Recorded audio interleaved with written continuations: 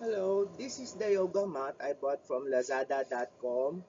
I find it very useful because before, if ever I'm doing a roller or something that requires me to kneel down, my knee usually hurts, and look what I got. So now, using this yoga mat, it will prevent me from scratching my knees because of too much exercise, and then it it can also provide me with an area, regardless of whatever place you have, that you can exercise without getting your clothes dirty or soiled. And then it's also very durable, as I can see it. See, it has a very nice thickness.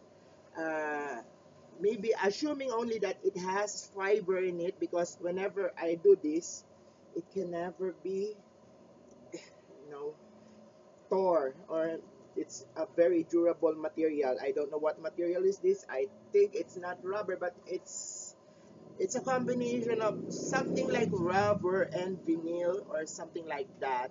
But I really like this one, and uh, two thumbs up for this item. Money well spent.